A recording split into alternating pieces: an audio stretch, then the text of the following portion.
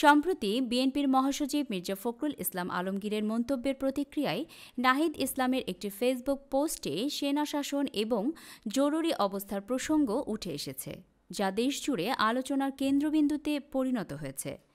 পোস্টটিতে তিনি বলেন, আমরা ৩ আগস্ট থেকে বলে আসছি, কোনো প্রকারের সেনা শাসন বা জরুরি অবস্থা মেনে নেব না।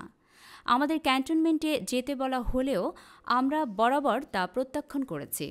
নাহিদ ইসলামের পোস্টে ইঙ্গিত দেওয়া হয়েছে, বর্তমান রাজনৈতিক অচলাবস্থা এবং আওয়ামী লীগের পতনের প্রেক্ষাপটে সেনা শাসনের সম্ভাবনা উড়িয়ে দেওয়া যায় না।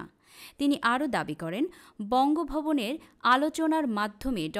ইউনূসকে প্রধান করে অন্তর্বর্তীকালীন সরকার গঠনের একটি প্রস্তাব উঠেছে। তবে ছাত্র জনতার আন্দোলন এবং গণতন্ত্র প্রতিষ্ঠার সংগ্রামে এই ধরনের সমঝোতা অগ্রহণযোগ্য। এই মন্তব্যের পর থেকেই সামাজিক ও রাজনৈতিক মহলে নতুন করে জল্পনা শুরু হয়েছে।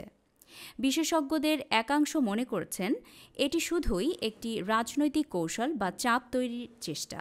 আবার অন্যরা মনে করছেন, অভ্যন্তরীণ কোনো প্রক্রিয়া বা চাপে পড়ে এমন বার্তা আসছে।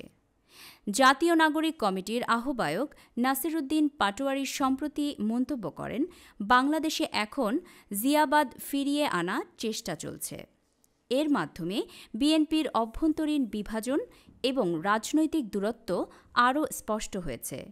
নাহিদ ইসলামের দীর্ঘ পোস্টে উঠে এসেছে ছাত্র জনতার ভূমিকা এবং গণতান্ত্রিক সংগ্রামে তাদের ভূমিকা। তিনি দাবি করেন, জাতীয় সরকার গঠনের দাবি তখনই যৌক্তিক ছিল যখন আওয়ামী লীগ সরকারের পতন হয়, কিন্তু এখন বিএনপি নিরপেক্ষ সরকারের দাবি জানালেও এটি মূলত আরেকটি ১/১১ সরকারের প্রস্তাব। নাহিদ ইসলাম স্পষ্ট বলেছেন, ছাত্ররা দেশের স্থিতিশীলতা এবং গণতান্ত্রিক ধারাবাহিকতার স্বার্থে তাদের অবস্থান থেকে সরে এসেছে, কিন্তু কোনো সেনা শাসন বা জরুরি অবস্থার পরিকল্পনা হলে তা কখনোই মেনে নেওয়া হবে না। বিভিন্ন মহল থেকে প্রশ্ন উঠেছে, নাহিদ ইসলামের এমন মন্তব্য কি দেশের রাজনৈতিক অঙ্গনে নতুন কোনো পরিবর্তনের বার্তা দিচ্ছে, নাকি এটি কেবলমাত্র রাজনৈতিক কৌশলের অংশ?